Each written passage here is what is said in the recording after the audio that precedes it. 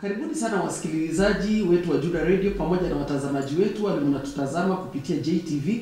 Karibu sana. Tunashukuru Mungu kwa ajili ya kila mmoja wenu, na pia tunataka kuweza kusema asante kwa kuchagua kutazama kipindi hiki cha Chambua Maandiko ama kuendelea kufuatilia runinga ya JTV.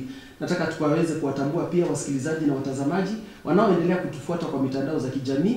Tunataka kuwakaribisha nyote, karibuni wasikilizaji wetu na watazamaji wetu. Tuko mara nyingine tena hewani tukiwa tunawaletea kipindi cha Chambua Maandiko. Tunashukuru Mungu sana kwa kipindi hii, ni kwa maana ni kipindi moja ile tunaangazia ama kuelezea zaidi kwa yale maandiko tunayasoma, na tunayafanya hayo tukiwa na watumishi wa Mungu. Kwa hiyo nataka nikawakaribishe nyote. Mnaweza kutafuta kalamu na karatasi ili na nyinyi mkaweze kuchambua maandiko nasi. Mnaweza pia kutuma ujumbe zenu kupitia zile taarifa kupitia Juda Radio na hata kupitia JTV. Kuna namba pale unaandikiwa SMS, unaweza pia kututumia taarifa ile. Kwa wale mko kwa mitandao za kijamii, tunaweza pia kutuma messages kupitia Facebook ama ile handles zetu zote za social media. Tunataka kuwakaribisha mara tena. Inawezekana labda umependa Chambua Maandiko na labda umeiangalia, jua kwamba kuna mengine kama hayo.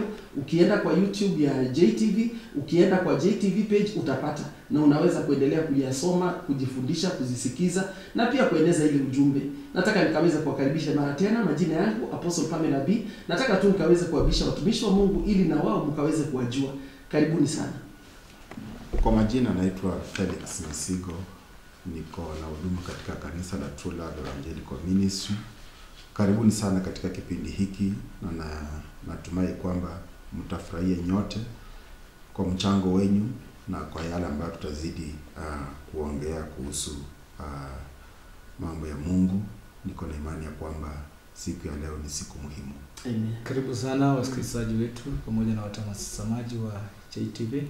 Kwa majina ni Samuel Bonuke, mchungaji wa kanisa la Christ Prophetic and Healing Ministry. Liko pale Tasia, Nairobi, Mbakazi. Ukipita kwa ndege, ufike mahali tunaita Riverview, mahali pale ndio tupo na tutaweza kubarikiwa pamoja na haswa. Karibu kwa kipindi cha siku ya leo. Mbili tu kwamba tutabarikiwa pamoja kwa jina la Yesu. Amen. Asante sana mtumishi wa Mungu Pastor Felix. You can just pray tufungulie kipindi yetu kupitia maombi ili tukapate neema. Yes. Baba, katika jina la Yesu Kristo tunakushukuru kwa kipindi hiki. Tunakushukuru Bwana kwa watazamaji na wasikilizaji. Tunakushukuru Bwana, nasi Baba tupe nguvu na neema Bwana mtakatifu tunapochambua neno lako.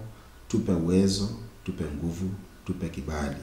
Baba tunasema ni asante katika jina la Yesu Kristo tumeomba kwa tumeamini. Amen. Amen. Asante sana mtumishi wa Mungu Pastor Felix. Msikilizaji, mtazamaji, tutakuwa tunasoma leo tutakuwa tunasoma ama kujifundisha kutoka kitabu cha Yona, na hiyo tutakuwa tunafanya ile ama kuweza kuangazia chapter 3. Tunataka kuweza kusoma yale, na nataka kuamini kwamba tunaweza kuanza pamoja na Pastor nani leo na Kiswahili. You have. God bless you. Naomba ukaweze kutusomea kutoka verse 1, labda ukasome tu verse 1 mpaka verse 5. Wacha tusome kwa uwezo wa Bwana. Kitabu ni Yona 3 kuanzia mstari wa kwanza. Neno la Bwana likamjia Yona mara ya pili kusema, ondoka uende Ninawi, mji ule mkubwa, ukahubiri habari nitakayokuamuru. Basi Yona akaondoka akaenda Ninawi kama Bwana alivyonena. Basi Ninawi ulikuwa mji mkubwa mno, ukubwa wake mwendo wa siku 3. 4. Yona akaanza kuingia mji mwendo wa siku 1, akapaza sauti yake akasema, baada ya siku 40 Ninawi utaangamizwa. 5. Basi watu wa Ninawi wakamsadiki Mungu, wakatangaza kufunga, wakajifika nguo za magunia, tangu yeye aliye mkubwa hata aliye mdogo. Amen. Asante sana Pastor Samuel. Wasikilizaji, watazamaji, maandiko inasema ni neno la Mungu lilikuja kwa Jonah. Hallelujah. The word of the Lord came to Jonah. Neno la Mungu lilikuja kwa Jonah. Na maandiko inasema neno hili lilikuja mara ya pili. Kwanza tujue wakati neno la Mungu linakuja likiwa na kusudi. Maandiko inasema wapendwa kwamba Mungu amesema neno lake litafananishwa na mvua. Kama vile mvua inavyoshuka kutoka juu. Na kwamba inakuja ikiwa na kusudi ya kubadilisha mazingira. Hayo ndivyo, hivyo ndivyo neno la Mungu ilivyo. That's how the word of God is. It is given for a purpose. Neno la Mungu linatolewa kwa sababu ya kusudi. Na kwa hiyo inaonekana kwamba neno la Mungu lilishakuja mara ya kwanza na haile neno halikufanyishiwa kazi. Ama kile Mungu alitamani ama kile Mungu alitarajia ikatendeke haikutendeka. Na unajua hii inatusaidia wasikilizaji, watazamaji kuweza kujiuliza, how many times have we been in the congregation? You know, when you think about it, Pastor Felix, how many times have you preached the gospel? So many times. You So know? many times. And you can imagine every other time God had an intention. Yes. Hakukuwa na rehearsal. God was targeting something. Yes. So sijui your attitude, your own feeling towards the word, kwa sababu unajua kuna watu wamechukua neno ikakuwa mazoea. Wakaona neno tu ni part of a program. Wasikilizaji, watazamaji, Mungu hanenangi kwa mzaha. Amesema hayo kwa kitabu cha Isaia, nafikiri na hata naweza kusoma hiyo. Amesema kwa kitabu cha Isaia kwamba mimi Mungu ninapokusanyisha watu, mimi siwakusanyishi kwa mzaha. Anasema mimi I don't gather people for nothing. Yes. Yeah, in the book of Isaiah 45 verse 19, I have not spoken in secret somewhere in a land of darkness. I did not say to the descendants of Jacob, seek me in wasteland. I, the Lord, speak truthfully. I say what is right. Kwa hiyo hapa Mungu anasema si kuambia wana wa Yakobo wanitafute bure. Unajua wana wa Yakobo ni the fallen, Yes.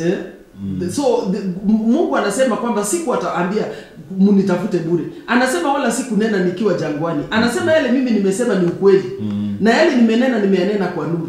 Kwa hiyo msikilizaji, mtazamaji unatutazama, Mungu atusaidie tukawajibike. Na kila neno tunahubiriwa. Kweli. Na neno hili, yes please. Vile tunavyoona, Nineveh was a special city. God was not just concerned about Nineveh, because there was something special about Nineveh. Mahali ambapo Mungu alikuwa anapapenda zaidi. Na nafikiri ujumbe ya kwanza wakati ilifika, haikufika vile Mungu alitaka. That is why God had to come the second time. And now he had to look for Jonah. Jonah had a special position for that word. Na hata Jonah mwenyewe mara kwanza aliogopa. Because mara kwanza aliona ujumbe ilienda, but wakati ilifika makusudi ya Bwana haikutendeka. So Jonah says, now who am I to go? Even Jonah is asking God, who am I to go? So Jonah says, no, God, what will I do so that I may deliver your message to Nineveh? Na unapoona hivi unaona kwamba Mungu anajaribu kupeana ujumbe ya kwamba katika kila jambo ako na kusudi na mtu ambaye alikuwa Jonah na mahali ambapo ilikuwa ni Nineveh. So Jonah was the only person ambaye Mungu aliona was to deliver this special message to the people of Nineveh. Hata kama unakataa unaenda. So Mungu anaambia Jonah kwamba wewe ndio nimechagua. Wewe tu ndio nimechagua. Siendi kwingine. Wewe kwa hawa watu wote, wewe ndio nimeona. So hiyo inatuonyesha mtumishi wa Mungu kwamba there are people that must do the assignment. Yes. Kwamba Mungu hata isongeshe. Very important. Very important. Very important. Na hiyo assignment ambayo umechaguliwa, you cannot run out. Kama ni Mungu amekuchagua, mara ya pili alikuja the same person. The same person. You cannot run away from the assignment. Even if you run, you will not hide. Even if you hide, God will still atakutoa pale ambapo umejificha mpaka kusudi ya Mungu itendeke. Hallelujah. And God says you cannot run faster than God. Jana alijaribu kukimbia anaenda. Sasa unaweza kunena na watu fulani pale Pastor Felix, wale labda kwa hii kipindi ya corona. Waliona corona ikafanyika chanzo ya kutoendeleza ile ujumbe ama kuendeleza ile kazi. Sijui unaweza kusema ni kwa sababu unajua mazingara, mtu anaweza kwenda mbele za Mungu na asema mazingara. Unajua Jonah alikuwa na sababu ya kutoenda Nineveh. Yeah, he had his own reasons. He had his own reasons. So I don't know, speak to a pastor there. No, you may be having your own reasons for not continuing the gospel. Umeweza kuwa na sababu zako. Hizo zinakubalika mbele yako. But mbele ya Mungu, God has given another special, different and very important reasons for choosing especially you as an individual kwenda kufanya kazi yake. Na lazima uifanye. You know, wakati ambao Mungu anakuita, sio wewe ambao umejiita, ni wewe, ni Mungu amechagua nende ufanye kazi yangu. So tayari ameandaa ile congregation ambao unaenda kuihudumia. Si ni kweli? Tayari Nineve ilikuwepo. Si ati John alikuwa anaenda mahali empty. He was not going to build a new city. The city was already there. So I am trying to tell wale ambao wamepungukiwa, wale ambao wanaona corona iliwagonga, makanisa yao yaligongwa, washirika wao waligongwa. Even me, I was affected because when corona came, everybody alienda. And when we came back, I told God, now maybe you have a different mission. Can you bring it on? Yes. So God began bringing other people. But the message continues. Yeah. But anaweza kuletea bado watu wengine. Anabadilisha watu lakini message inaendelea. Message inaendelea. Maybe wale ambao ulikuwa unawahubiria, maybe the message wamepata. They have already gotten whatever ambayo walikuwa wanataka. It is already home. So God wants you to continue. In fact, the world has billions of people. Amen. Ambao wanataka wahubiriwe. Sisi we are just centered. Yes. Kwa watu wachache. In a particular area. Yes. Jonah alikuwa somewhere else. But Mungu anamwambia go the other side. So I am trying to tell our fellow pastors that kazi ya Mungu ni kubwa. Open up yourself. Yes. Because God can come even And today. avail yourself. Avail yourself. God can come today. Na kuambie mkimaliza hii kipindi mnaenda Kajiado. Ni kweli. Mkikataa lazima tutaenda. Hakuna vile tukikataa tutajipata Kajiado. Kabisa. Asante sana wasikilizaji wetu, watazamaji. Na kabisa kwamba unachangamka mtumishi wa Mungu pale. Yes. Kama labda kanisa ilikuwa umekuwa na visababu vingi, angalia kwamba Mungu yeye ana sababu lake kwa nini alikuchagua. Yes. Na kuna ujumbe unayo ile hakuna mtu mwingine atatumika na Mungu kupeleka ile ujumbe. Kwa hiyo changamka, inuka, rudi mahali yako ya kazi. Rudi ukapeleke ile ujumbe. Kingine ile nataka kuangalia ni kwamba hapa tatizo la Jonah haikuwa kuhubiri. Na ninaamini tatizo la watumishi wengi sio kuhubiri, lakini kuhubiria nani? Yes. Bwana Yesu asifiwe. Amen. Pastor Samuel. Ni kweli kabisa kwamba Jonah alipoitwa mara ya kwanza alijitazama yeye kama Jonah. Na akatazama Mungu kama Mungu, maana Mungu anapomuita mtu kawaida Mungu humpa ujumbe ambao unaenda kukamilisha lile kusudi lake na kwa wale watu specific people. Yes. So Jonah alipotazama, kwanza tukiangalia huu mji wa Ninawi ni mji ulikuwa wa Ashuru, the Assyrians. Na yale walikuwa wanafanya mara kadhaa ilikuwa ni mabaya zaidi. Hawako wanaogopa hata wahubiri, walikuwa wanawaua kwa sababu hawakuwa wanataka ujumbe wote wa kuwageuza. Lakini Mungu amechagua a specific vessel for a specific purpose. Yeah. Nenda ufanye kusudi langu. Yes. Na Mungu sana akituma mtumishi wake kuna sababu na kusudi. Yesu Kristo alisema nenda mkahubiri mataifa yote kama ushuhuda. Mungu hangeweza kuangamisha ule mji kabla ya kuweka ushahidi kwamba mlisikia neno, mabadiliko ndio mkuchagua. So Mungu anapoinua mtu kawaida anaweka ushahidi ili hata hukumu yake ikishuka watu wanasema hakika hukumu yako ni ya kweli. Na Yona aliamua kutorokea ule mji asipeleke ujumbe. Lakini katika ile hali na mawimbi kufuruga bahari, Jona alijipata mahali ambako hakustahili. Na katika hiyo hali naangalia nikiona kwamba Jona aliweza kutupu, akajirudia, akajiona kwamba nastahili kufanya kusudi la Bwana.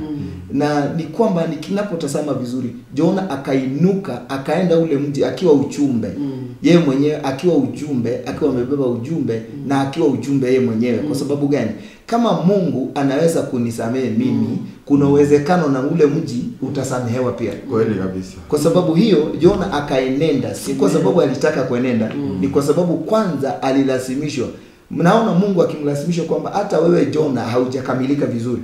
Kwa sababu you have first disobeyed my word. You have run away from my word, but there is no way you can hide. You cannot hide. Ndio Jona alipo realize kwamba hakuna mahali atajificha, hata ndani ya tumbo ya samaki yeye aliweza kuomba msamaha akijua Mungu atasikia. Hallelujah. So ninajificha kutoka kwa yule ambaye siwezi jificha. Hakuna kule tutajificha kutoka kwa Mungu. Wache tujirudie, tujue Mungu ni wa msamaha, and our God is a forgiving God, is a gracious God, and is a God of a second chance. Yes. Glory to God. Amen. Thank you very much Pastor Samuel. Msikilizaji, mtazamaji, tuko kwa kipindi cha Chambua Maandiko, tunaangazia neno la Mungu kwa kitabu cha Yona 3, na tuko tu bado tukiangalia ile mstari, tumesoma tu mstari wa kwanza mpaka ule wa 5, na lakini tunaangazia kwa ujumla hii neno. Ni kwa sababu kuna sehemu zingine ziko mbele, zingine ziko nyuma, zinatusaidia kuweza kuchambua hayo maandiko kwa njia inayofaa. Jua kwamba wewe ni mtumishi pale, inawezekana ama labda Mungu amekuitia mahali fulani, na kama Jona unaweza kusema huku imekuwa Nineve kwangu, sio mahali ninapenda kuhubiri. Labda unaangalia kusanyiko, wale wanakuja kwa kanisa, unaona hao ni watu labda kimaisha wako chini, hawatoi sadaka. Ukiangalia ngambo nyingine unaona hapo ndio magari zinapakiwa, zimejaa kwa parking. Kwako ukiangalia mchungaji, unaangalia hapa hakuna magari. Unafika mahali ile unashindwa, Mungu, mimi kwa nini nihubiri watu kama hawa? Wasikilizaji, watazamaji, jua kwamba hizi ni vitu zinafanyika. Yes. Tusione kwamba tunaposoma hii kitabu cha Jona 3 tunaiona kama ni jambo ilitendekea Jona peke yake. Kuna wachungaji hata sasa wanapoangalia wale washirika wao, wanapoangalia wale watu wengine hawaokoki lakini hawakosi kanisa. Na wanasikia kila neno. Bwana asifiwe. Amen. Wengine hawatoi sadaka pasta. Hawatoi sadaka. Kabisa. Unapata katikati ya congregation hakuna hata mmoja ameshawahi kuwa na kazi. Unaona? Hata wengine unapata hakuna mtu aliye na kazi. Na wanahitaji msaada kutoka kwa. Wanakuja wanahitaji msaada. Wamefika wanakuambia mchungaji, nimefika lakini sina vile nitarudi. Kitu moja nafurahia kwa kazi ya Mungu. Kwa kazi ya Mungu in general. You know, when God begins a mission, he provides a way. Yes. Unajua Mungu anatoa Jona anamtuma Nineve. Jona anakataa, but God knows the only way huyu mtu atafika Nineve it is through kupitia kwa samaki ambaye nobody in the whole world can believe that through samaki inaweza kubeba kufikishe mahali ambapo huko unataka uende. But Mungu aliumba hizi vitu zote. Na anajua uumbaji wake haina kasoro. Wewe vile umeumbwa pia huna kasoro. But the problem ambayo tuko nayo sisi wanadamu, hatufuati vile Mungu anataka. There are some people are suffering. Na nawaongelesha nyinyi watazamaji na wasikilizaji. Kuna watu mnateseka kule nje kwa sababu hamtaki kufanya vile Mungu anataka. The moment you discover kazi ambayo Mungu anataka atende ndani mwako, maisha yako itakuwa vizuri sana. In fact, mwenyewe he will provide a way. Abraham, unaona, wakati ambapo imefika mahali amekusanya kuni, amebeba mtoto wake. Mtoto anamuuliza, wapi kondoo ambaye tutachinja? Anamuuliza, don't worry. Hiyo ndio kazi ya Mungu, kuprovide. Yes. Let us have the faith kama Abraham, kwamba pahali unaenda, God will deal with every situation as it comes. Hallelujah. Amen. So I believe that even as we are doing God's work, wale watumishi wa Mungu popote ulipo, penye unaanzia sio penye utamalizia. God will provide a way ambayo itakufikisha mahali ambapo inatakana ukue. Hallelujah. Amen. That is the way. Wakati Noah alifika, kwa hiyo usiangalie kusanyiko. Do not look at the environment. Usiangalie mazingira. No. Wala usiangalie ile kusanyiko Mungu anakujalia kukua nao. Kwa hiyo usiwaangalie ukaseme hawa watu wangelikuwa na kazi. Labda kama tu kanisa lingekuwa kwa sehemu tofauti kwa kijiji. Yes. Labda inawezekana mimi singekuwa kama jinsi nilivyo. Msikilizaji, wacha tukajifundisha kutoka kwa Jona. Yes. Mazingira Jona alitumwa hayakuwa mazingira alitamani. Yeye in fact kukataa kwake kwenda huko Nineve ni kwa maana labda alikuwa anajiuliza Mungu. Kwani hakuna mahali pengine? Kwani hakuna watu dunia nyingine? Hawa tu ndio Mungu umewaangalia ukasema mimi niende pale. Kweli. Na kwa kweli kuna wengi wachungaji watumishi wameelekezwa mahala na Mungu. Yeah. Lakini mazingara ikawafanya wakatae kufanya ile kazi. Bwana Yesu asifiwe. Mazingara ikawafanya wakatae kuhubiria wale watu. Mazingara ikawafanya, na naamini kabisa watumishi wa Mungu, labda ndio sababu wakati mwingine unapata watu wahubiri ni wengi kijijini. Kabisa. Lakini ukipata huko mashinani, ukipata huko vidongoji, ukipata in dry areas, unapata ni mamishonari tu wanaenda. Yes. So mazingara inachangia sana kwa kutii kwa mtu. Lakini Jona anatufundisha kwamba Mungu anakuja hata mara ya pili. Hiyo ina maana kwamba Mungu hafi moyo na ile kusudi lake ya kuokoa watu. Kwa maana Mungu ingelikuwa hana ile kusudi angelishaachana na Jona. That Jonah, But God was interested in the people. Yes, another thing about Jonah, God prepared Jonah. Because Jonah was a prayerful person. Yes. Jonah alipenda kuomba. Mpenzi mtazamaji, nataka nikwambie, kama wewe unajua tu wewe ni muombaji, kuna kazi iko mbele yako. Na si muombezi. Muombezi. Kuna kazi inakungoja mbele yako. Kwa hivyo Jonah wakati ako ndani ya samaki, ndio ana realize kwamba mimi ni muombezi. Anaanza kuintercede, anaanza kuambia Mungu, enyewe nilikuwa nafanya makosa. Nisamehe. Wacha niende. Because nitatoka aje ndani ya samaki. Na unajua mara nyingi sana watu wale wanakuwa wale waombezi, mara nyingi sana hawatakangi kuwajibika na kubeba ujumbe. Wao wanapendaga tu kukaa na kuongea na Mungu na kuombea huyo mtu, kuombea taifa. Lakini kuinuka na kuweza kuwajibika na ujumbe, mara nyingi sana hawataki vita ya uwazi. Hawataki confrontation ama kuonekana kwamba wamekuja na wamekemea watu wale wanaoangalia. Wanaona ni bora waombee wale watu. Lakini labda Jona, kama vile unavyosema mtumishi wa Mungu alikuwa muombezi, inawezekana hakutarajia kwamba yeye ataambiwa toka kwa closet onekana kwa wazi. Msikilizaji, mtazamaji, labda uko pale. Umekuwa mahali unategemea Mungu atabadilisha watu. Lakini labda haukuwahi kutafakari ama kutarajia kwamba utafanyika mjumbe. Jua kwamba Mungu huwa anatumia watu walio karibu naye. Mungu huwa anatumia watu wanayekubali, wanayekuwa karibu naye kunena nao na wao kunena na yeye. Na kwa hiyo unajua hiyo uhusiano ya maombi inamsaidia mtu kumjua Mungu sana. Na mara nyingi sana Mungu huwa pia anatumia watu wale wanamjua. Hapa wapendwa, maandiko inasema Mungu aliporudi kwa Jona alimwambia inuka uende Nineve. Inuka ina maana kuna mahala Jona alikuwa. Hakukuwa kabisa kwa state ile alikuwa anapaswa kupeana ujumbe. He needed to change from where he was. Na kuambiwa inuka, it means kuna mahali mtu anaweza kuwa amekaa. Unajua kuna mtu anaweza kukua in a certain state in life. Ile hawezi kutumika na Mungu kwa ile kipindi. Inaweza kuwa complaints zimemjaa. Inaweza kukua amekaliwa na vitu vingi. Na anaangalia mazingara, anaangalia sasa corona huku, anaangalia uchumi pande, anaangalia vitu vingi. Wapendwa, mpaka tukatoke kwa ile mahali tumekaa. Whatever it is that has heaped itself on us. Inawezekana tunaangalia magonjwa yale yanaenea kila mahali. Labda tunaangalia pia manabii wengi wa uongo. Unaweza kumwangalia ule nabii mpaka ukose kupeana ujumbe wako. Unaweza pia kuweza kushughulikia mazingara mengine zile zinakuzusha moyo. Kiasi ile you are not in a place to actually take the message. It needed a change of position.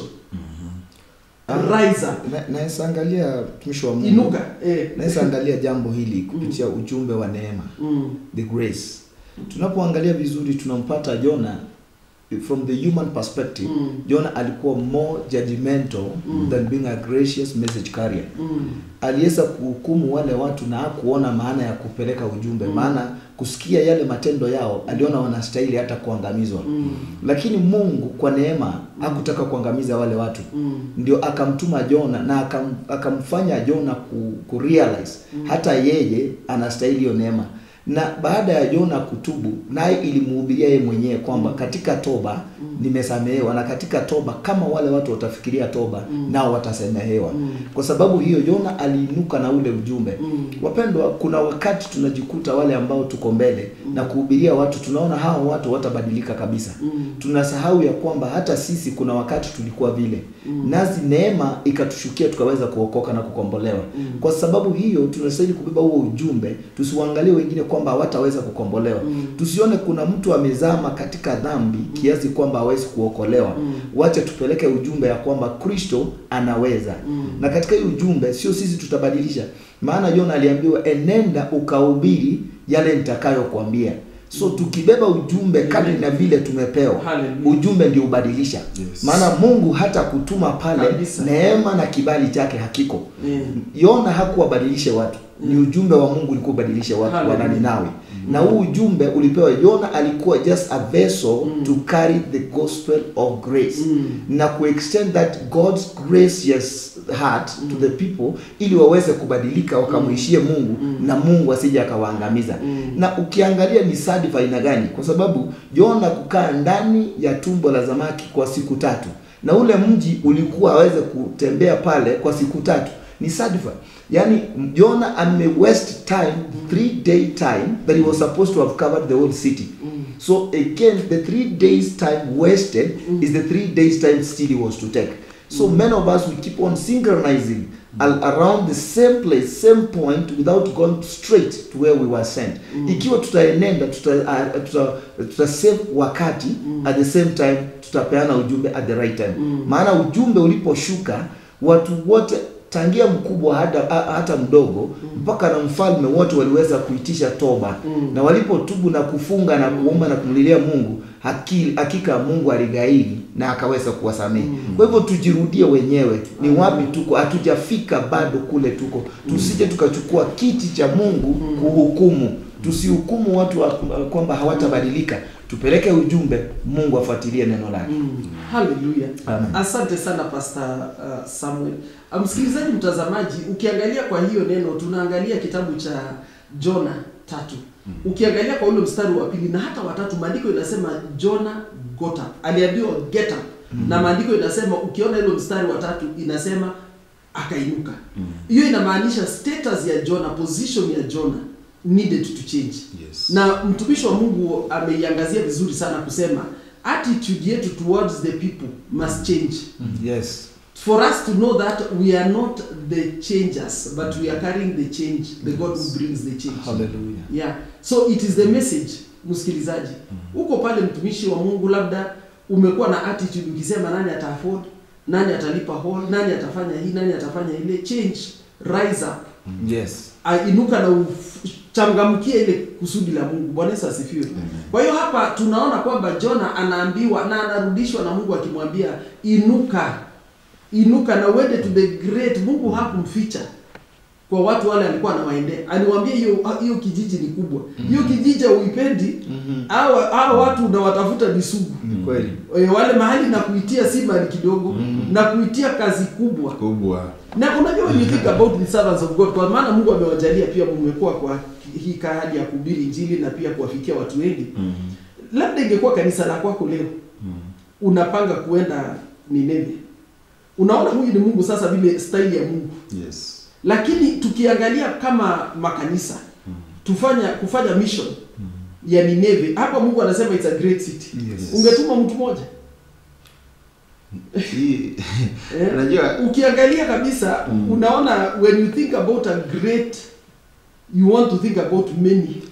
Na mtumishi wa Mungu, tukiangalia Nineve is a great city in so many ways. Great city, watu walikuwa mahala pale, they were great people. If it's in our country today, tukiangalia kuna mahali mtu akikutuma, Mungu akwambie nenda, watu wengi tutachiangalia kwanza. Mungu akutume nenda ukahubiri State House, for instance. Kuna wengi watatoroka waseme State House nitaenda kusema nini kwa wakuu. Maana unachiangalia wewe kama wewe, uangalie Mungu ambaye yuko ndani mwako. Maandiko yanasema greater is he that is in me. So ni nani aliye ndani mwako? If God's power is leading you and the same God has called you to that very particular greatness, still you have a great God who can take you there. And at the same time, they were great in terms of sinning. Kuna watu wametenda dhambi mpaka hawaogopi tena. Na Ninawi, mji ulikuwa, maandiko ukifuatilia historia ya Ninawi, wengine walikuwa wanachinja watu na kuwatoa ngozi.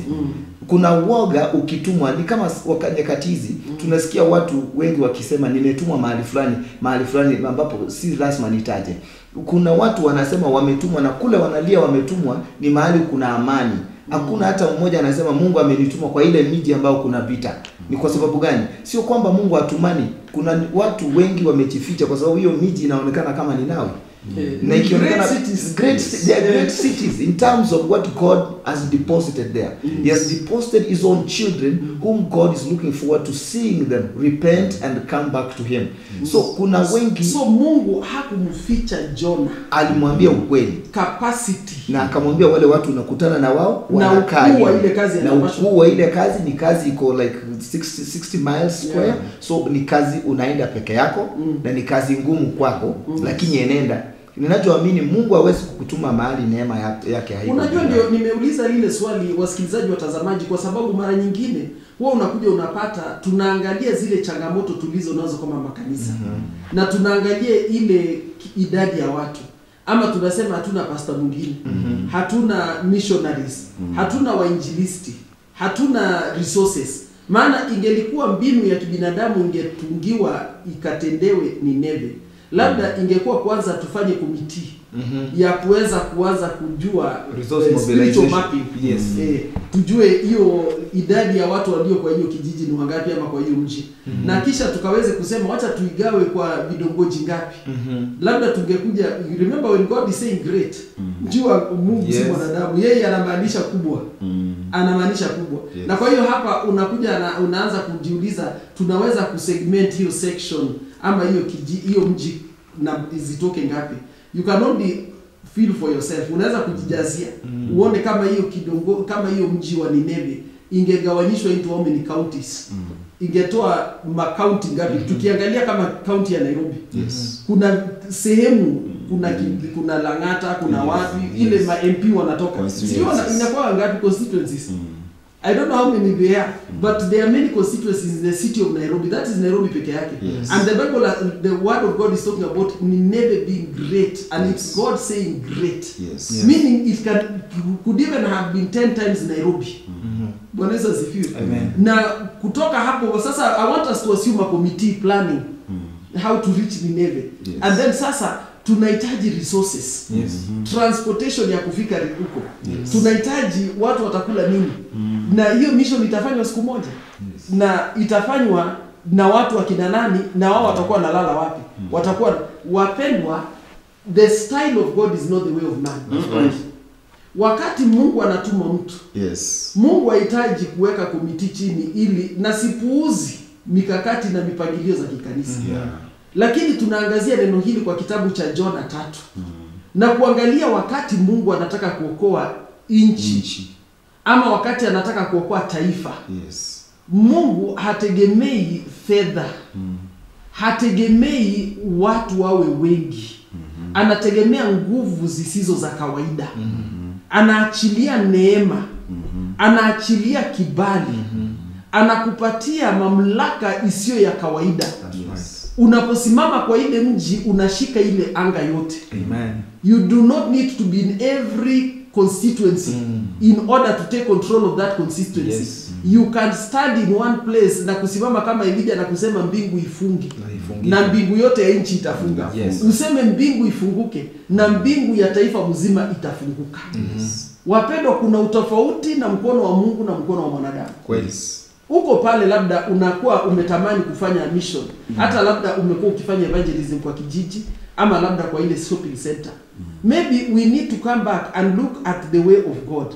Ni nini tunakosa ili tunakosa kufanya mission work successful?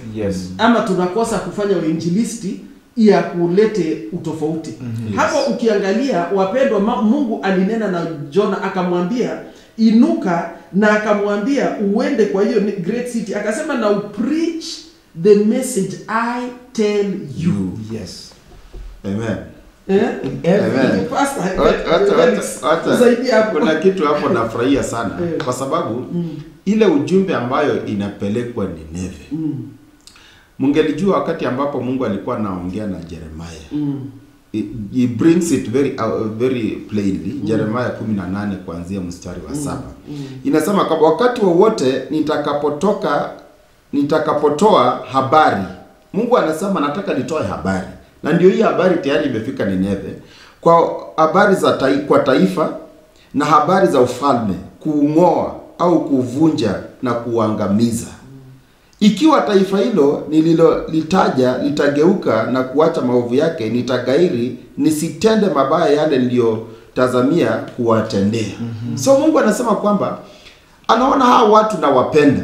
Watu wa Nineve na wapenda. Sasa wacha niwapelekee ujumbe, because naona mkiendelea hivi nitaharibu. Mkiendelea kuishi vile mnaendelea hivi, because Nineve walikuwa wamejaa uovu na walikuwa wamejaa violence, vita. So Mungu akaona kwamba mkiendelea kukaa na hii mambo na hii vita, ninaona kwamba nitawaharibu. Sasa baada ya kuharibu, wacha nitume neno na nitume mjumbe. So mkimsikiza nitawasamehe. So Mungu anasema kwamba anytime unasikia ujumbe kutoka kwa mtu wa Mungu na uipokee kama imetoka kwa Mungu, Mungu anasema kwamba utasamehewa. Haleluya. Na mambo yako yatakuwa sawa. Amen. Na Mungu atakurudia.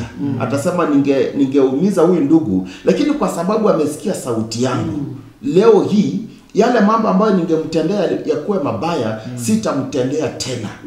Haleluya. Amen. Kwa sababu Mungu anasema kwamba ukisoma Hebrews 12 verse is it verse 3? Hebrews 12 verse is it verse 6? 12 verse 6. Mungu anasema kwamba he rebukes those he loves. Wale ambao anawapenda, na ni sisi. Mungu anatupenda, anatukemea. Anasema hapa penye mnataka kuenda ni pabaya. Nitakukemea kama baba yako. Hallelujah. Amen. Wacha nisome ndio msikize vizuri sana, because it says, because the Lord disciplines those that he loves. Hallelujah. And he punishes everyone he accepts as a son. Oh, yes. Unapompokea Bwana, ujue kwamba tayari amekukubali kuwa mtoto wake. Na wewe kama vile baba yako anachapa mtoto mdogo, lazima pia wewe ukubali kuchapwa na Mungu. Mbali ambapo unaenda astray, lazima ukubali kwamba hapa lazima nitachapwa, because hata wewe mwenyewe tayari instinct yako itakwambia kwamba nimekosea. Na ukikosea, anybody hii dunia anaweza kosea. Hata paka watumishi wa Bwana. Your response kukosea ndio. Yes, kukosea ndio Mungu anaingia ndani anakuambia hapo ulikuwa unakosea, rudi kwa njia. So Mungu kutuma Yona, aliona kwamba watu wa Nineve kuna mahali wamekosea. Na hao watu inabidi ni warekebishe, warudi vizuri. Na unaona kwamba wakati ambapo Yona anafika kule Nineve, watu wa Nineve walisikia sauti siku ya wakati Yona alisema, Mungu amesema in 40 days hakutakuweko na Nineve. Yes. They will never be, you will never see Nineve will not be there. Overturned. Hallelujah. It will be overturned. Na watu wakasema, "Hey, mnasema hatutakuweko."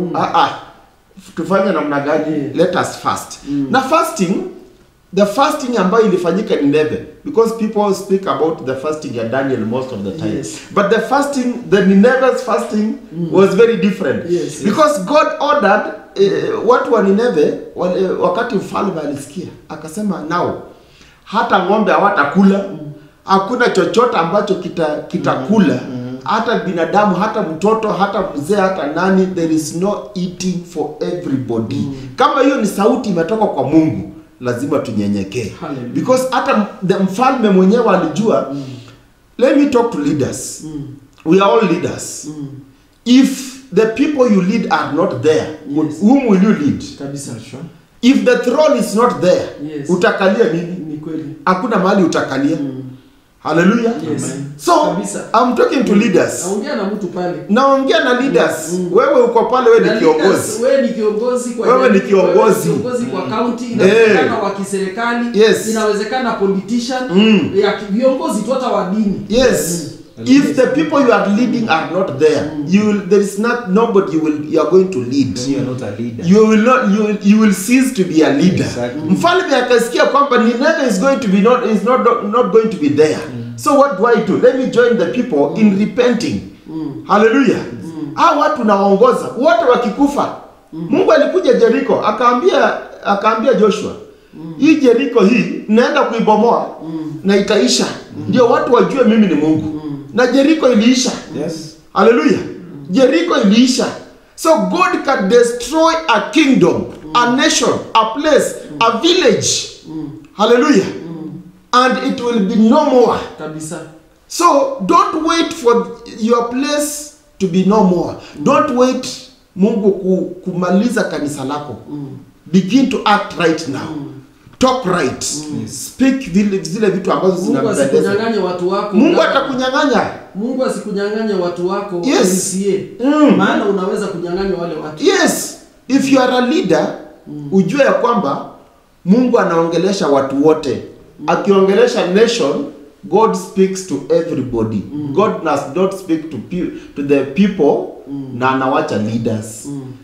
Mfalme alinyenyekea na akasema watu wote wamejifunika magunia. Kwani mimi ni nani? Yaani hao wapone, mimi nikufe. Sikufi, lazima nimrudie Mungu.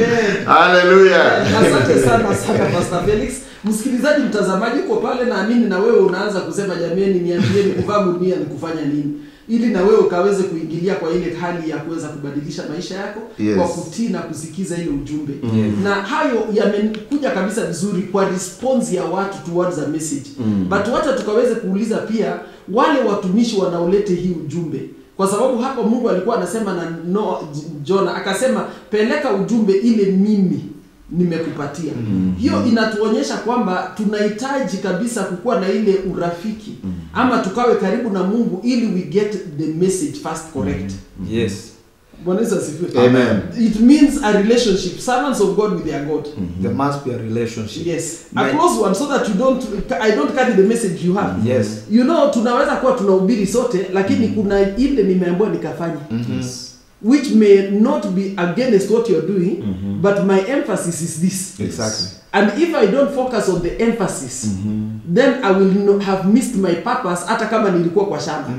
Unajua ni kama shamba wapendwa, tukipewa shamba kubwa, bustani ya nyumba ya Mungu inahitajishwa na shamba. Na ukaambiwa enda ukapadilie kona fulani. Yes. Umehesabiwa Mungu 10 kwa 10. Uende kwa ile shamba na ulime kwingine. Bado umelima lakini shamba yako bado haijalimwa. Exactly.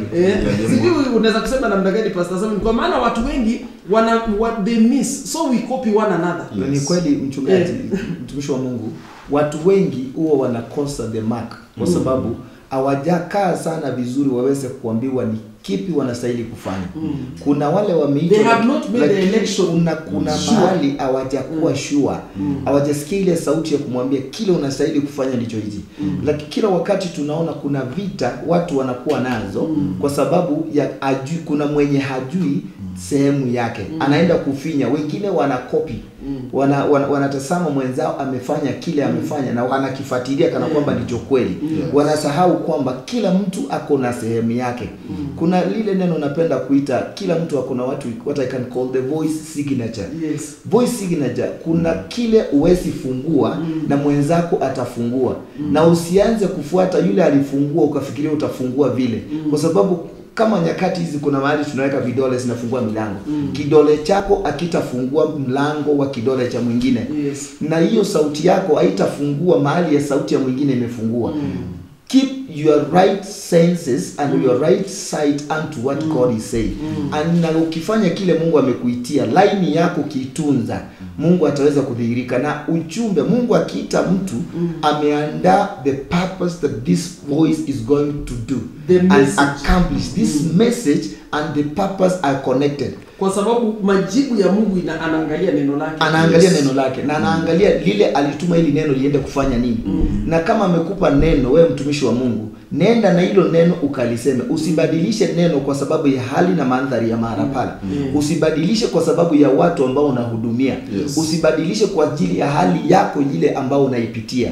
Nenda na lile neno, litatenda, maana Mungu analifuatilia aweze kulitenda yeye mwenyewe. Na akilitimiza, kuna wengi, si wewe. Wewe ni chombo cha kunena neno la Mungu. Na makusudio ya Mungu ni neno lake liweze kuzaa matunda. Na yale ambao utanena, nena exactly the word that God gave you. Aliambia Jeremiah, lile neno nimeweka kwa kinywa chako, ndilo neno utakalo linena. Akaambia Ezekiel, lile neno ambalo umekula, nendo ukalinene wewe. Na lile neno aliambia Isaya, nimeguza kinywa chako nikakiweka kikawa safi tena. I've sanctified you. Go and speak the exact word that I give you. Neno ambalo Mungu ameweka kwako ndilo neno unastahili kulinena.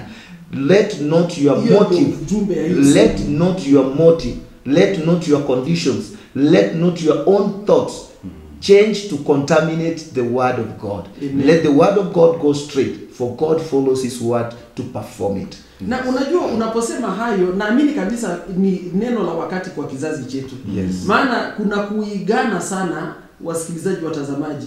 Hapa japokuwa tuko watumishi wa Mungu, tuko kutoka kwa kanisa tofauti, na Mungu ametujalia kuhudumia ama kuwa wale viongozi kwa makanisa hayo. Yes. Jua kwamba pia ndani ya hayo makanisa ama kwa zile huduma kuna ile wito ama kuna message ile iko emphasis kwa hiyo kanisa. Yes.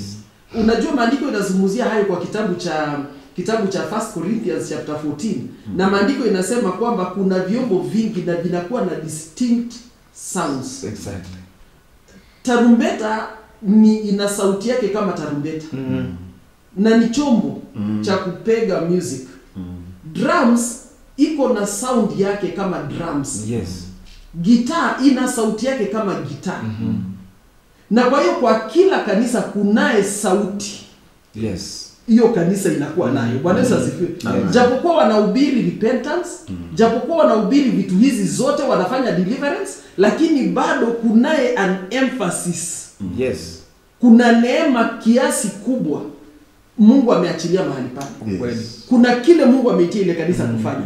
Kwa hiyo unakuja unapata kuna kanisa imejaliwa na inakuwa na emphasis, inahubiri na kila kitu, lakini unapata neema ya maabudu iko juu sana. Yes. Mahali pengine neema ya kupiga vita iko juu sana.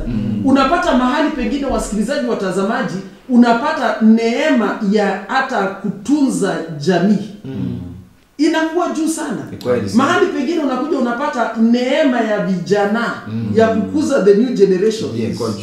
Ni kama makabila zile za kabila za Juda ya wana wa Yakobo. Walikuwa 12 na wote walikuwa na neema tofauti. Unaona kile kilikuwa ndani ya Juda, japokuwa alikuwa mtoto wa Yakobo, haikukuwa kwa Benjamin. Walawi pia walikuwa na neema tofauti, lakini wote walikuwa watoto wa na kwa hiyo uko pale, wewe ni mtumishi wa Mungu. Ni vizuri sana kuweza kuelewa ujumbe wa Nineve yako ni ujumbe gani. Ni kweli. It is so important, so that kwa sababu utapata washirika wanapokuja pale wanasema tumepata mahali ya kupumzika. Maana pia una attract a certain type of congregation. Yes. Bwana Yesu asifiwe. Ndio unakuja unasikia mtu anasema nimezunguka makanisa, lakini hapa ndio nimepata, nimefika nyumbani. Yes. Hapa ni nyumbani. Na hapa ni nyumbani. God does not want a lot of duplications. That is why he has given messages. Yes.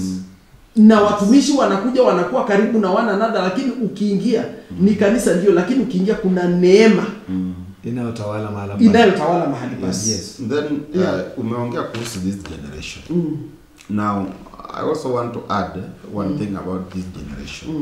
You know, this generation, kitu cha kwanza wanataka vitu kwa haraka sana. Mtu anataka kuanza kazi leo na anataka akuwe manager in the next 1 month. Mtu ameanza kazi leo na anataka within 2 months anataka kuwa anaendesha gari. Mtu ameanza kazi just recently. Anataka kuhama penye alikuwa anaishi. Roho ya kukuza ama kulea kitu. Yes. Iwe talanta, iwe neema fulani. So they want to run faster than how God has programmed into their livelihoods. Chenye nataka kuongelesha this generation, mjue kwamba Mungu ako na mipangilio na kila jambo. Yes. You know, God has his own steps.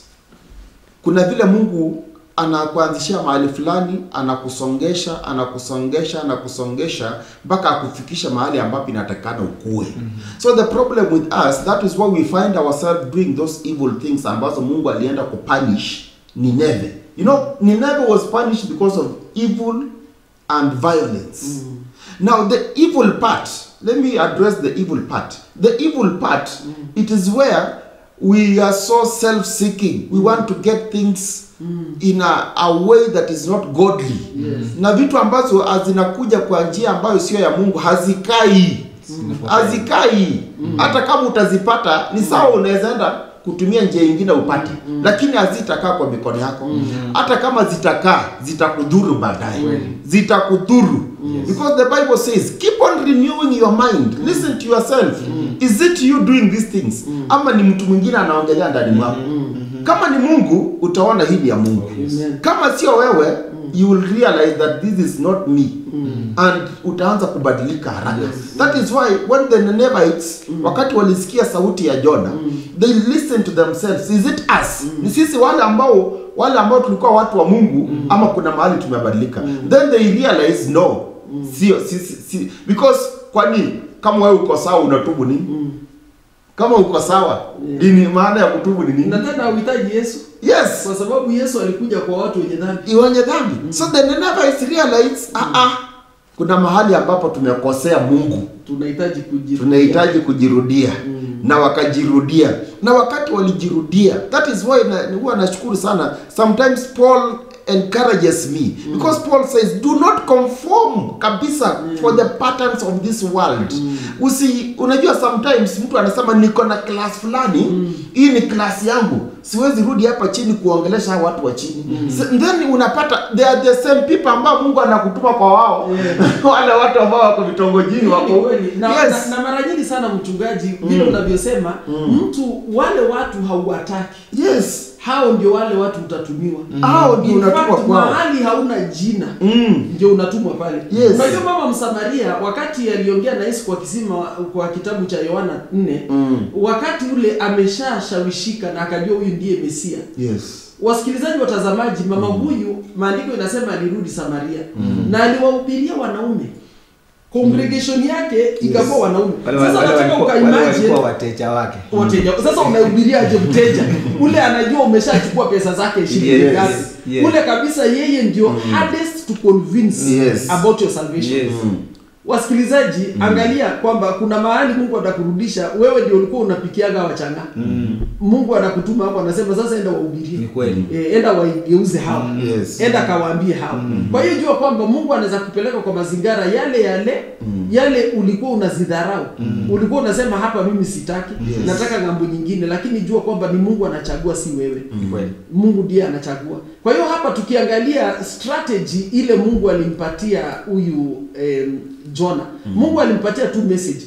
Jona akaona jinsi ya kushughulika na ile, kwa sababu ukiangalia even in I think in verse 3 Biblia bado inasisitiza jinsi Nineve was extremely large. Yes. It was extremely large. Na ninashukuru Mungu kwa sababu Jona was not intimidated by now the size of Nineve. Na akadevelop a strategy. Wasikilizaji, wacha Mungu atusaidie wakati tunaenda kufanya evangelism ama wakati wote tunapanga kuingia kwa mission field, tukaweze kuweka strategy ile inaweza kushughulikia mahali pale.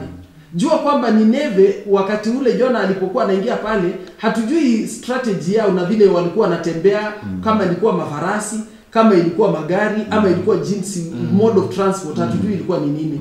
Lakini kuna vile Jona aliapproach Nineve. Jona alichagua, wasikilizaji, kutumia miguu yake. Bwana Yesu asifiwe. Jona used his feet. Na inamaanisha kuna ile fatigue na kuna ile kuchoka. Sasa akaanza kufanyika sacrifice wa kwanza kwa Nineve. May God help us.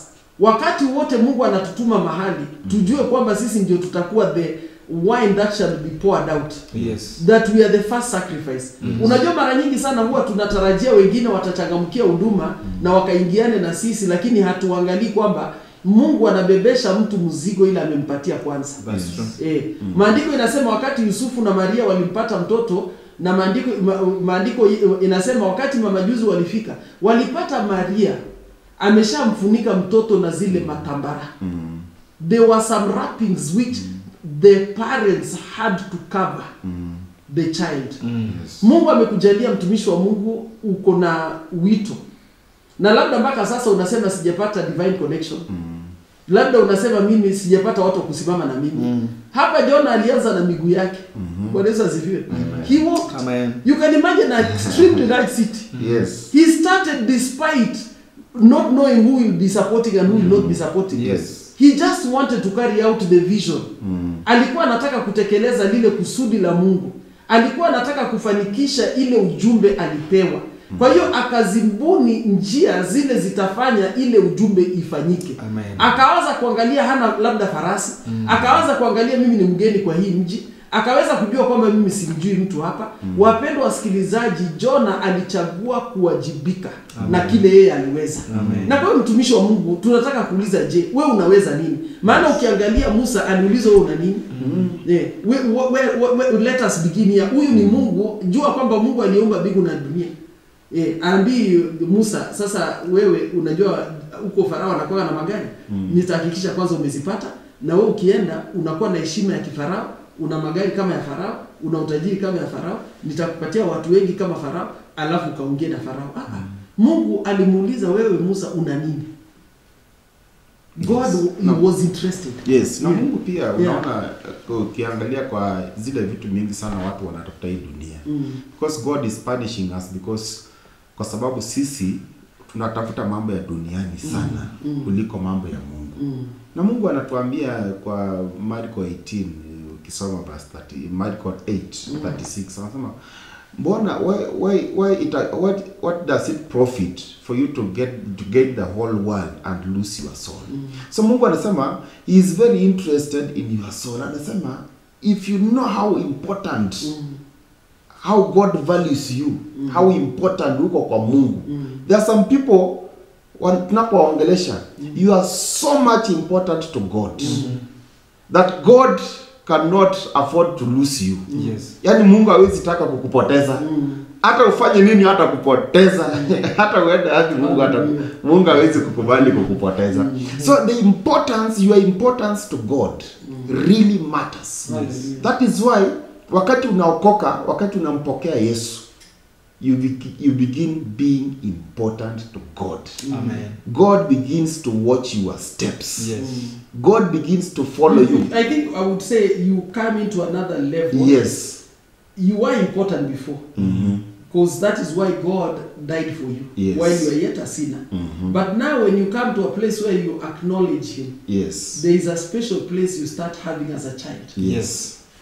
Yeah? Kabisa. Hii ni kusema hii kwa sababu ya watu wako pale bado hawajabadili maisha yao. Yes. Na wanaweza kutumia ile kizingizio na kusema hata Mungu anipendi.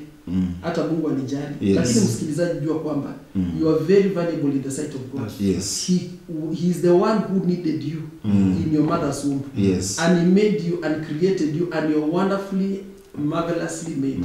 Yeah. Jua kwamba it is only transiting Yes. from a place of rebellion Yes. to a place of acceptance, Acceptance. because now you are an obedient child. Yes. Yeah. Endelea mtumishi. Na wakati unaona wakati ambapo watu wa Nineve sasa wametubu, wamewacha kila kitu kibaya.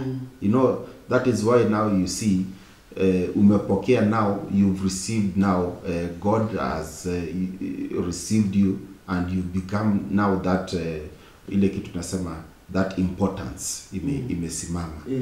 Alafu unapata ya kwamba Value yako the value imeongezeka. Maana dhambi inapoteza value. Dhambi imetoka ndani mwako. Value, unajua dhambi inapunguzaga value ya mtu. Yes. Sasa imetoka. Sasa imebidi Mungu amesikia, amesema hawa watu wameachana na mambo yao mbaya. Wamenirudia mimi. So wakati wamenirudia, ukisoma verse 9. Verse 9 inasema namna gani? Now who knows God may yet relent and with compassion turn from his fierce anger so that we will not perish. Wanajirudia wanasema hii kutubu kwetu ambayo tumetubu, nani anajua? Mungu anaweza amua atusamee makosa yetu na tusiangamie. You see, there is a reason why people perish. Number one is because you don't listen to God. That is why very many people are perishing. Because hawasikii sauti ya Mungu. Some people are just dying. Yes. Because of ignorance. Yes. Mungu amesema wachana na hii mambo fulani utaangamia. Wewe unaniambia nini? Yes. Yaani mtu anapuuza tu na anajua vizuri sana anaangamia. Na kuna family. You have a family, you have kids, you have a wife, and you are just puuzaing everything as if these people don't need you. Then you die, unawacha a very young family. Imagine. Ambayo walikuwa wanakuhitaji. You are the sole winner, breadwinner of the family. then unaangamia. Hao watu walijua kwamba if we die our children will remain in trouble. Yes. So Wow. let us repent.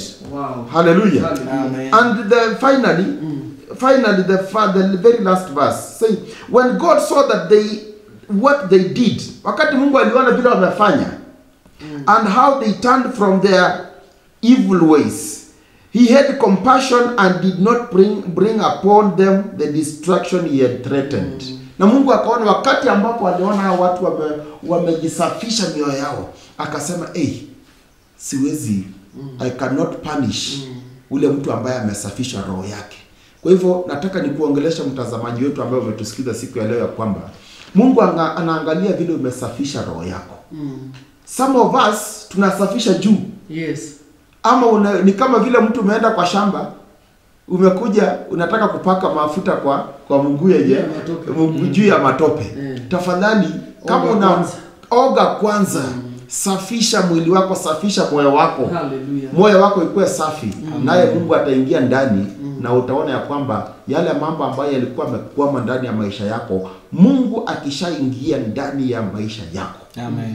Things will begin to Glory change. to God. Hallelujah. Hallelujah. Msikilizaji, mtazamaji, tumekuwa tukiendelea kwa kipindi cha chambua maandiko, na leo tunaangazia kitabu cha Jona, na tuko kwa Jona chapter 3, na tumeanza kwa kipindi sasa na tumefika mwisho wa hiyo kipindi, lakini nataka tu nikapatie nafasi watumishi wa Mungu akatupatie their parting shots hivi tunapofunga ama tunapomaliza. Asante pia kuchagua kukuwa na sisi. Tutataka pia kujua wachungaji, watumishi tena wakatukumbushe majina zao, na pia wakatusaidie kuelewa mahali tunaweza kupata kanisa ama mahali tunaweza kuwapata wakati tunawahitaji. Wacha tunaposikia hizo parting shots kwa hii kipindi ya leo, wasikilizaji, watazamaji, tutakuwa tunamalizia muda si mrefu. Amen. Wacha tuanze na mtumishi wa Mungu pale. Amen. Chizi nilivyosema hapo mwanzo, majina ni Samuel Bunuke. Kanisa ni Christ Prophetic and Healing Ministry, iko Tasia, mahali tunaita Riverview. Ukifika kwa ndege ulize Riverview, utaweza kutupata mahali pale, tubarikiwe pamoja. Jambo kwa sababu ya siku ya leo, lile ambalo nitakuajia ewe mtazamaji, msikilizaji, ni kwamba Mungu anafanya kwa sababu umefanya kile alikwambia. Neno la Mungu, wacha alifuatilie, alitende. Jambo lingine, tusiwe na excuse katika kazi ya Mungu. Excuse si ya maana. Na kuendelea, tusiangalie Mungu kwamba God is a God of another chance. Being a God that can restore does not mean we keep on sinning. Let us come out of sins, simama, utetee Ukristo na Mungu aweze kudhihirika. Yona alienda akahubiri na wengi wakaokoka, na Mungu akagairi akuwatenda ama hakuwahukumu jinsi alivyokusudia. Unaweza kuwa chombo na sababu ya mtu kupokea msamaha na akaona Yesu Kristo. Na Yesu akasema ile ishara mnahitaji ilitendeka wakati wa Yona. Kwa siku 3 Yona akawa mahubiri, Yona akawa the message. Nami nimekuwa the message kwamba beyond this life, I Jesus am alive and I will be living forever. Jesus is the message today, that as he liveth, so shall we live if we abide as by the word of God. Thank you. Kwa majina jinsi nilivyosema hapa awali, ni Pastor Felix Misigo, na hudumu katika kanisa la True Love Evangelical Ministry. Tuko nyuma ya Imara Daima. Ukiwa pale najua utabarikiwa sana, watu wako hiyo, lakini tuko na watu Nairobi mzima. Kwa hivyo neno la Mungu halina ubaguzi. Unaweza kuwa mahali fulani, lakini kazi ya Mungu haina mipaka. Na unapofanya kazi ya Mungu, tunasema kwamba tunafanya kazi ya Mungu kwa uwazi, na niko na imani ya kwamba uchambuzi ambao tumelichambua neno la Bwana siku ya leo, kuna mahali limegusa moyo wako. Na ndani ya moyo wako upokee ule uchambuzi ambao umeupokea siku ya leo. Na niko na imani ya kwamba Mungu wetu hakuna siku amelala. Anasikiza wale ambao wako tayari kufungua mioyo zao aingie ndani. Na wakati Mungu atakapoingia ndani ya moyo wako, wana wa Nineve wakati waliposikia ujumbe kutoka kwa Yona, walimsikiza na wakajua hii ujumbe umetoka kwa Bwana, na hii ni ujumbe wa Bwana, sio ujumbe wa Jona. Jona alikuwa tu amebeba, he was just a vessel. So if you are a vessel, as we have been a vessel today, we've declared the word of God upon your life. For I believe that by hearing us, hilo neno limekugusa mahali. Usitoke kwa kipindi hiki bure. Toka kwa kipindi hiki ukijua kwamba you are a different person from the way you were, and you are living this program a changed person. And from today we declare that in your life your life will never remain the same again. In Jesus name. Amen. Glory to God. Asanteni sana watumishi wa Mungu, Pastor Samuel pamoja na Pastor Felix, wasikilizaji watazamaji wetu. Ninaamini kwamba kuna mambo mengi sana umeyajua, na kwamba sasa kutoka sasa kuna kile itaonekana ama ikaonekane mabadiliko kwa maisha yako. Wasikilizaji watazamaji wetu, maandiko inatuambia habari huyu ya Jona alipotumwa, alipewa ujumbe, akaambiwa enda na upeleke huu ujumbe. Kwa hiyo ukiangalia Jona, wasikilizaji watazamaji, alifuata yale ujumbe kutoka pale. Hakubaki kulalamika kusema nitaendaje. Jua kwamba alikuwa na miguu, na maandiko yanasema alipofika pale alitembea. Bwana asifiwe. Na alikuwa na mdomo, alipofika hapo alisema. Amen. Kwa hiyo jua kwamba Mungu anapokutuma anajua kufanikisha jambo. Yes. Kile anataka kuona ni utiifu. Kile anataka kuona ni ukichangamkia kile amekuambia na ukifanikisha lile jambo. Yes. Wapendwa wasikilizaji, maandiko yanasema wakati amemaliza kuhubiria ile mji wa Nineve, matokeo yalikuwa gani? Maandiko yanasema waliomba, maandiko yanasema walivaa magunia, maandiko yanasema walifunga, lakini matokeo ya hayo yote yalikuwa yapi? Maandiko yanasema ukiangalia kwa huu mstari wa mwisho ile kwa hiyo ya kumalizia, maandiko yanasema wakati Mungu aliona tabia zao or their actions are changed. Wakati Mungu aliona kwamba they had turned actions, wakati tabia zilionekana kubadilika. Wasikilizaji, hapo ndipo unaona kwamba moyo wa Mungu iliguzwa na ile ghadhabu ilikuwa juu yao ikaondolewa. Ghadhabu haiondoki wakati unaomba. Ghadhabu haiondoki wakati unasema unafunga na kuomba.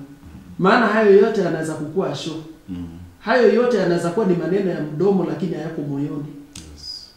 Ishara ya mtu kugeuka na kubadilika ni tabia zake kubadilika.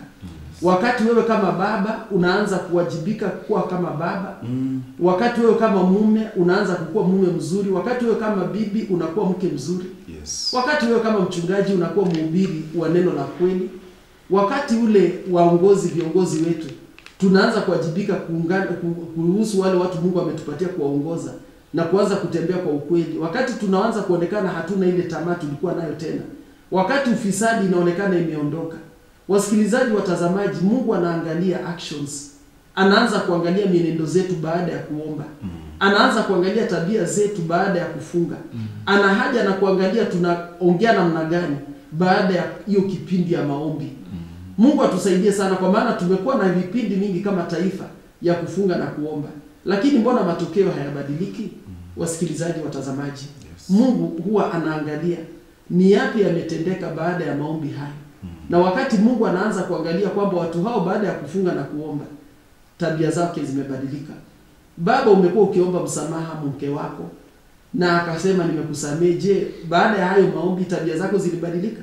Mama, umekuwa ukiomba huyo mume wako msamaha. Baada ya maombi, je, ukasamehewa, tabia zako zilibadilika?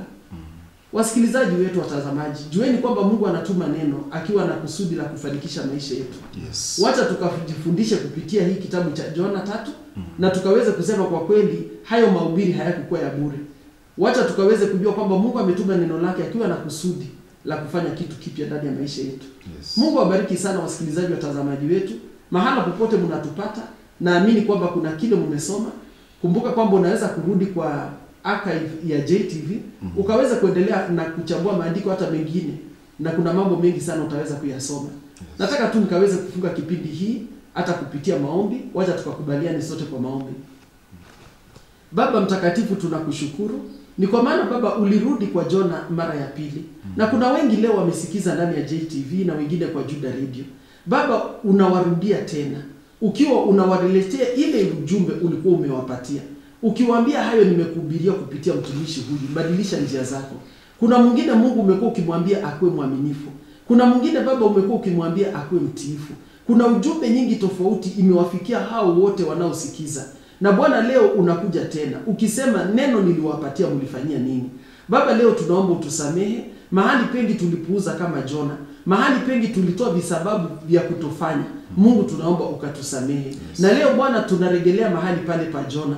Na kuomba Baba wacha ukatusaidie ili Baba tukakutii sasa. Tunasema siku ya leo ni siku ya kutii Mungu. Tunasema siku ya leo ni kufuatilia kile neno Mungu ametuambia. Siku ya leo Baba kama watumishi wako tunarejelea kazi yako. Siku ya leo Baba tunarejelea ile kusudi lako. Tunakushukuru Bwana ni kwa maana Mungu wewe ni mwaminifu. Bwana tunapotii na kutenda yale umetuambia. Kama jinsi Mungu uliwaangalia wale wana wa Nineve. Na Bwana ukaona kwamba wametubu na wakavaa magunia. Lakini matokeo yake ilikuwa maisha ilibadilika.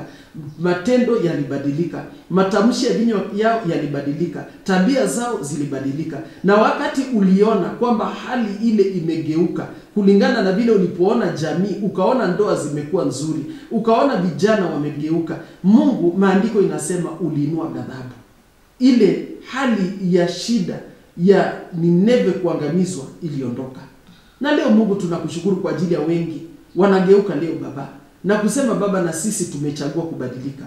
Baba kuna mtu anasema mimi nimechagua sitatapeli watu tena kwa biashara yangu. Kuna mwingine Mungu anasema mimi sitadanganya tena kwa ndoa.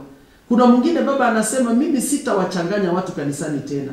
Kuna mhubiri anasema leo ninabadilisha na rejelea injili Mungu alinipatia. Yes. Baba kuna wengi wanageuka. Baba hivi unawaangalia wanapoomba. Yes. Baba fuatilia tena ukaone na matendo. Yes. Na wacha ukaondoe ghadhabu yote na shida yote iliyoko mahali pale. Ili watu wako wakaweze kufurahi na kusema kwa kweli Mungu ametusikiza na Mungu ametuangalia. Asante Baba ni kwa maana makusudi lako la kipindi hii itatimia. Tunakushukuru Roho Mtakatifu umetusaidia. Baba asante kwa watumishi wako Pastor Samuel na Pastor Felix. Yes. Tunakushukuru Mungu ni kwa maana umechagua kuwatumia wao. Baba wainue, wabariki. Mkono wako wa baraka ikawe juu yao. Tunasema asante ni kwa ajili ya kila msikilizaji ametegea sikio kipindi hii. Asante Baba ni kwa ajili ya wote wamechagua kutazama na kufuatilia kipindi hii kupitia JTV. Mungu wa mbinguni tunaomba uwabariki. Tunakushukuru pia kwa sababu ya cameraman. Tunasema asante kwa wapiga picha. Asante Bwana ni kwa ajili ya watu walio kwa control room. Asante Mungu ni kwa ajili ya wale wamepeperusha injili hii. Mungu wa mbinguni wabariki. Yes. Tunaomba ukabariki JTV kama kituo, bariki pamoja na Juda Radio, bariki Juda Media Group. Mungu mtakatifu inue, bariki, panua, ukaongezee hata masafa na ukaongeze frequency zaidi. Yes. Tunakupa sifa na tunakupa utukufu kwa yale umetenda, yale unaenda kutenda na yale unaendelea kutenda. Kwa jina lako Yesu Kristo tumeomba na pia tukaamini. Amen. Amen. Wasikilizaji watazamaji wetu, tunashukuru Mungu. Majina yangu tena Apostle Pamela B. Mpaka wakati mwingine. Shalom.